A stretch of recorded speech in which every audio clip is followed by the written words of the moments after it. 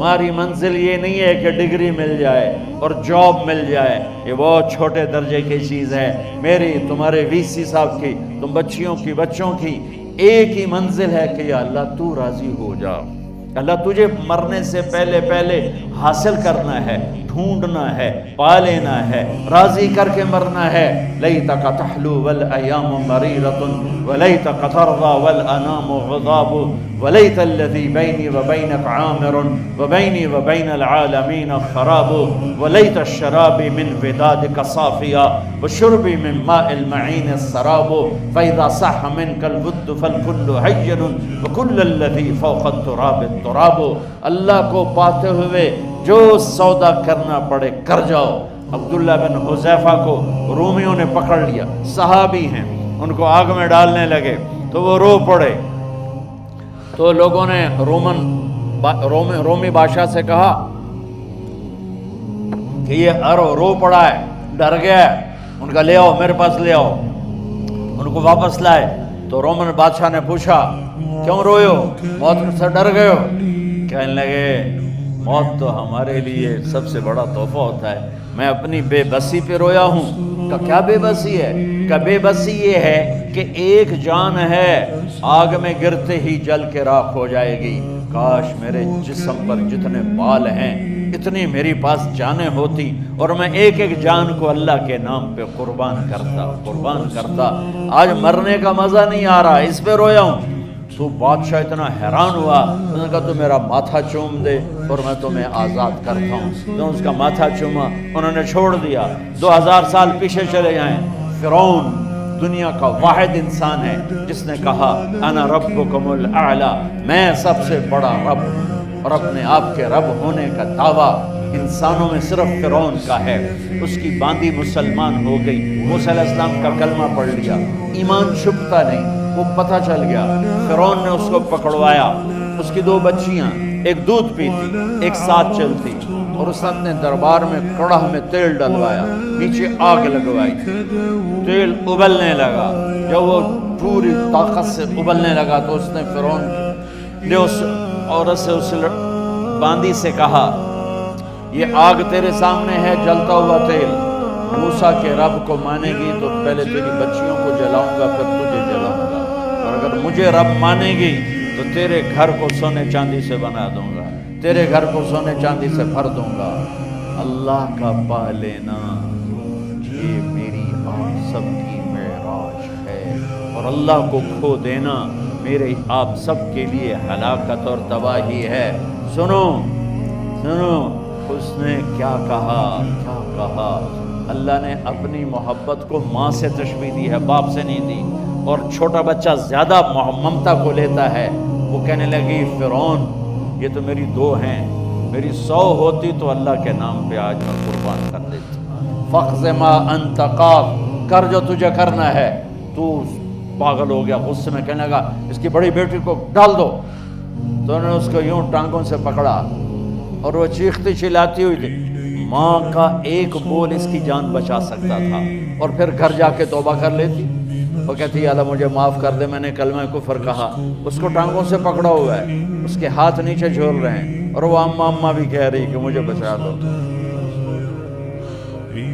ماں نے اپنی آنکھوں سے بچی کو تیل میں یوں ڈوبتے دیکھا، اور پھر وہ ابھری جیسے مچھلی تلنے کے لیے، جیسے مچھلی تلی جاتی تو باہر آ جاتی، اوپر آ جاتی، تو وہ ایسے بلبلے اٹھ رہے تھے۔ وہ ایک ہی لمحے میں اس کی تو جان گئی، ایک آنسو کا قطرہ اس نے نہیں نکلنے دیا اپنی آنکھوں سے، اور اپنے دل کو جب مضبوط کیا تو میرے رب کی غیرت، میرے رب کی رحمت، محبت حرکت میں آئی۔ اللہ نے ماں کی آنکھوں سے پردہ ہٹا دیا، اور ماں نے اپنی بیٹی کی روح کو نکال، اور وہ کہہ رہی ہے اصبری یا ام فإن لک من الأجر كذا۔ ماں جی کرنا نہیں، صبر کرو، جنت تیار ہے، جنت تیار ہے۔ معصوم بچی کو تو پتہ بھی نہیں تھا کہ کیا ہونے والا ہے، اس کو پکڑ کے یوں ڈالا، اس کی تو آہ بھی نہیں، اور وہ مچھلی کی طرح تلی گئی۔ پھر ماں کا کلیجہ پھٹا، اللہ نے پھر آنکھوں سے پردہ ہٹایا، اور انہیں اپنی بچی کی روح کو نکلتے دیکھا، اور وہ کہہ رہی اسبری یا فإن لک من الأجر کذا وکذا. ماں جی تھوڑی دیر کا صبر، جنت تیار ہے، جنت تیار ہے، جنت تیار ہے. اللہ کو پایا سب کچھ پایا، اللہ کو کھو دیا سب کچھ کھو دیا. جب اس کو پکڑ کے لے جانے لگے، اس نے فرعون کو دیکھا. فرعون اس کی آنکھوں میں آنکھیں نہیں ڈال سکتا، نظریں نیچے ہوں گی اس کی. کہنے لگی میری ایک بات مانو گے، میری ایک خواہش پوری کرو گے؟ فرعون نے پوچھا کیا؟ کہ جب میں بھی جل جاؤں تو میری اور میری بچیوں کی ہڈیوں کو اکٹھے دفن کرنا، باہر پھینک نہ دینا، دفنا دینا. فرعون نے کہا تمہاری یہ خواہش پوری کی جائے. انہوں نے کہا پہ پیچھے ہٹ جاؤ، میں نے اللہ کو جان دینی ہے، مجھے دھکا دینے کی ضرورت نہیں ہے، میں اپنے اللہ سے ملنے جا رہا ہوں. سبحان اللہ. جب اللہ مطلوب ہوتا ہے تو موت محبوب بن جاتی ہے. جب اللہ کی نافرمانی ہوتی ہے تو موت سے نفرت ہو جاتی ہے، مرنا عذاب نظر آتا ہے. وہ چھلانگ مار گئی، اللہ اکبر کا نعرہ لگاتی ہوئی. ہڈیاں ادھڑ گئیں، گوشت ادھڑ گیا، ہڈیاں باقی رہ گئیں. فرعون نے کہا ایک ہی جگہ ڈال دو، سب کو دفن کر دو. دفن 2000 سال کے بعد بچوں بچیوں، 2000 سال کے بعد موسیٰ علیہ السلام کے 2000 سال کے بعد جناب رسول اللہ صلی اللہ علیہ وسلم دنیا میں تشریف لائے. 40 سال کی عمر میں نبوت ملی، 50 سال کی عمر میں معراج ہوا. 2050 سال کے بعد میرے نبی کی سواری بیت المقدس جا رہی ہے. اور بیت المقدس پر جب وہ اوپر پہنچے ہیں تو مصر وہاں سے قریب ہو جاتا ہے. جب وہ اترنے لگے تو میرے نبی نے کہا جبریل جنت کی خوشبو آ رہی ہے، جبریل جنت کی خوشبو آ رہی ہے. ابھی تو جنت اوپر ہے، ابھی تو اوپر جانا ہے، تو یہ زمین سے جنت کی خوشبو کیا آ رہی ہے؟ تو جبریل نے عرض کی یا رسول اللہ فرعون کی ایک باندی تھی جو اللہ سے سودا کر گئی جان کا اور اپنی بچیوں کا، اس کی بچیوں کی ہڈیوں کو جہاں دفن کیا گیا ہے، یہ خوشبو جس دن انہیں دفن کیا تھا اس دن سے لے کر آج تک یہ خوشبو آ رہی ہے اور یہ قیامت تک آتی رہے گی. اللہ اپنے نام پہ قربان ہونے والوں کی یوں قیمت لگاتا ہے. پہلے اپنی منزل طے کرو، پہلے اپنی منزل طے کرو، پہلے اپنی منزل طے کرو کہ مجھے اپنی زندگی کی سے لینا کیا ہے. مجھے اللہ کو پانا ہے، مجھے اللہ کو پانا ہے. میں نے اللہ کی قسم اگر اللہ راضی ہے تو پھر موت سے بڑھ کر کوئی تحفہ نہیں، اس سے بڑھ کر کوئی خوبصورت پیغام نہیں. اور اگر اللہ ناراض ہے تو موت سے خوفناک کوئی پیغام نہیں. عمر بن عبدالعزیز 3 بر اعظم پر حکومت کی. عمر بن عبدالعزیز بنو امیہ، مروان 9 مہینے حکومت کی. اس کا بیٹا عبد الملک بن مروان 21 برس حکومت کی. اس کا بیٹا ولید 10 سال حکومت کی. اس کا بیٹا سلیمان 2.5 سال حکومت کی. اسی تخت پر بیٹھے عمر بن عبدالعزیز. پہلے چاروں نے اللہ کے شریعت کو قربان کیا حکومت کے لیے. عمر بن عبدالعزیز نے اپنے آپ کو قربان کیا اللہ کے لیے. حکومت کو پاؤں کے تلے رکھا اور اللہ کی رضا کو سامنے رکھا.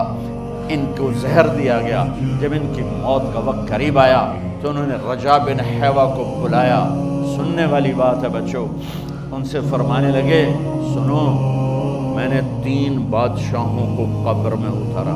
اب بچیاں تو قبرستان جاتی نہیں، ہم تو اپنے ہاتھوں سے قبر میں اتارتے ہیں اور اوپر مٹی ڈالتے ہیں اور اوپر اینٹیں ڈالتے ہیں اور پھر منو مٹی میں دبا کے واپس آتے ہیں. یہ منظر آپ بچیوں کے تو دیکھنے کا بھی نہیں ہے.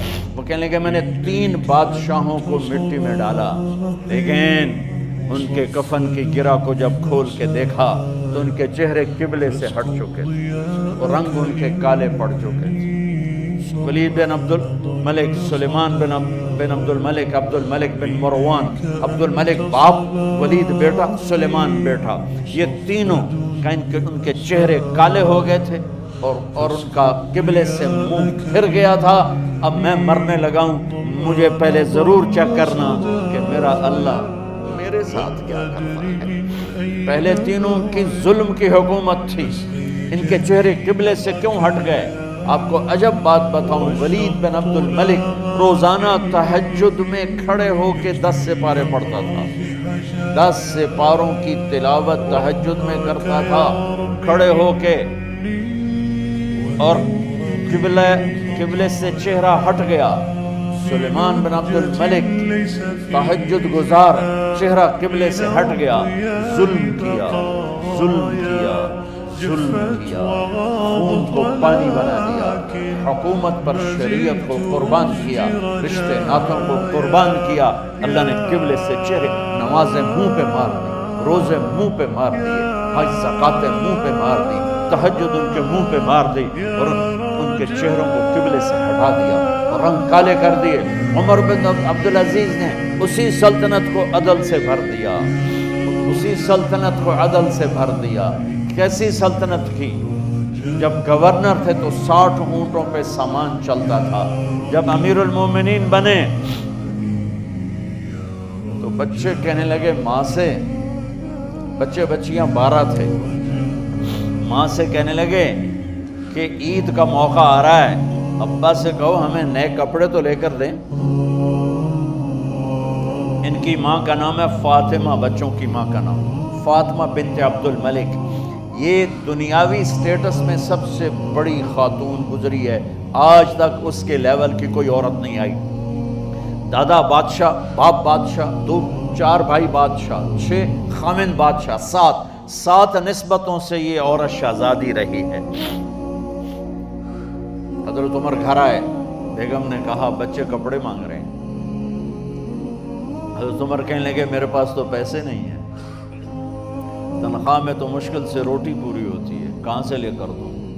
تو تھوڑی دیر خاموش رہی بیگم، پھر کہنے لگی آپ ایسا کریں اگلے مہینے کی سیلری ایڈوانس لے لیں، اس سے میں کپڑے لے لیتی ہوں اور روٹی کا خرچہ میں مزدوری کر کے گھر بیٹھے مزدوری کر کے چلا لوں گی، آپ 1 مہینے کی تنخواہ ایڈوانس لے لیں۔ حضرت عمر بن عبدالعزیز واحد خلیفہ ہیں جن کے دور میں 3 براعظم میں زکوٰۃ لینے والا باقی نہیں بچا تھا۔ یہاں لاہور بھی ان کی حکومت کے نیچے تھا، جنوبی اسپین فرانس ان کی حکومت کے نیچے تھا، کاشغر تک ان کی حکومت کے نیچے تھا، استنبول کے دروازوں تک ان کی حکومت تھی۔ 3 براعظم میں 1 آدمی زکوٰۃ لینے والا نہ بچا، اور اپنا حال یہ ہے کہ بیگم سے کہہ رہے ہیں پیسے کوئی نہیں، کپڑے کہاں سے لے کر دوں؟ اور بیگم طریقہ بتا رہی ہے کہ آپ اگلے مہینے کی تنخواہ ایڈوانس لے لیں، اس سے میں کپڑے لے لوں گی، اور چولہے کا خرچہ، روٹی کا خرچہ میں گھر بیٹھ کے مزدوری کر کے کما لوں گی۔ تو حضرت عمر کہنے لگے ہاں یہ ٹھیک ہے۔ باہر آئے وزیر خزانہ مزاحم، انہیں بلایا کہ بھائی ہمیں اگلے مہینے کی تنخواہ ایڈوانس چاہیے، یہ تنخواہ والے لوگ بیٹھے ہوئے ہیں تنخواہیں لیتے ہیں۔ اس نے کاغذ قلم آگے رکھ دیا، کہا حضرت یہاں لکھ کے دے دیں آپ 1 مہینہ زندہ رہیں گے میں تنخواہ دے دیتا ہوں، آپ مجھے لکھ کے دے دیں آپ 1 ماہ زندہ رہیں گے میں آپ کو تنخواہ دے دیتا ہوں۔ چپ کر کے اٹھے، ایک لفظ نہیں بولے، گھر گئے۔ حضرت اپنی بیگم فاطمہ سے کہا بیگم بچوں سے کہہ دو کہ باپ کے پاس کپڑے لے کر دینے کی سخت نہیں ہے، اور خزانے ایسے بھرے پڑے تھے زکوٰۃ لینے والا کوئی نہیں تھا۔ عید کی نماز ہوئی، نماز کے بعد جب ساری فیملی ملنے آئی اور بچے بھی ملنے آئے تو ان کو دیکھ کر ان کی آنکھوں میں آنسو آ گئے۔ کہنے لگے بچوں آج تمہیں دکھ تو ہوگا اپنے باپ پر کہ 1 جوڑا کپڑا بھی لے کر نہ دیا عید کا۔ تو ان کے ایک بیٹے نے کہا ابا جان آج ہم بڑے خوش ہیں، ہمارا سر اونچا ہے کہ ہمارے باپ نے مسلمانوں کے مال پہ ڈاکہ نہیں ڈالا، ہمیں قربانی کا بکرا بنایا، لیکن مسلمانوں کے مال میں خیانت نہیں کی۔ یہ ان کا طرز حکومت تھا، اس طرح انہوں نے حکومت کی۔ گھر میں تشریف لائے تو بیٹیوں سے بات کی تو انہوں نے منہ پہ ایسے دوپٹہ رکھا ہو، منہ پہ دوپٹہ رکھ کے بات کرے، تو فرمانے لگے کپڑا تو ہٹاؤ، دوپٹہ کیوں رکھا ہوا ہے؟ تو گھر کی خادمہ زور زور سے رونے لگی، کہنے لگی امیر المومنین آج آپ کی بیٹیوں نے کچا پیاز توڑ کے روٹی کھائی ہے تو وہ اس کی بو ہے منہ میں، آپ کو بو سے نفرت ہے اس لیے منہ پہ کپڑا رکھ لیا ہے۔ تو حضرت عمر اتنا روئے کہ ان کی داڑھی تر ہو گئی، کہنے لگے آخر میں جب تھوڑا آسرے میں آئے کہ میری بیٹیوں تمہارا باپ تمہیں بڑے اچھے کھانے کھلا سکتا ہے لیکن میں جہنم کو برداشت نہیں کر سکتا، میں جہنم کی آگ برداشت نہیں کر سکتا۔ اب مرنے کا وقت آ گیا۔ جب وہ گورنر تھے تو 60 اونٹوں پہ ان کا سامان چلتا تھا، اور جب وہ امیر المومنین بنے تو عیادت کے لیے لوگ آ رہے تھے، تو سالم عیادت کے لیے آئے، فاطمہ کے بھائی، کپڑے دیکھے امیر المومنین کے تو بہن کو ایک طرف کر کے فرمایا، بڑے نیک سرداروں میں سے تھے یہ مسلمہ بن عبد الملک، کہنے لگے امیر المومنین کے کپڑے تبدیل کروا دو، لوگ پوچھنے آ رہے ہیں تو میلے کپڑے اچھا نہیں لگتا، کہا جی بھائی کرواتی ہوں۔ اگلے دن جب وہ حال پوچھنے آئے تو پھر وہی کپڑے تھے، تو انہوں نے ان کو الگ جا کر کہا بہن میں نے تمہیں کہا تھا کپڑے بدلوا دیتی، کیوں نہیں بدلوائے؟ تو وہ رونے لگی، کہنے لگی کہاں سے بدلواؤں، جوڑائیے کہاں سے بدلواؤں؟ اور حکومت کتنی تھی؟ 3 بر اعظم، 3 بر اعظم کی حکومت۔ ہمارا تو پٹواری امان کا نہیں ہے، وہ 3 بر اعظم کی سلطنت لے کر ایک جوڑے میں اللہ سے ملنے جا رہے ہیں۔ جب ان کا انتقال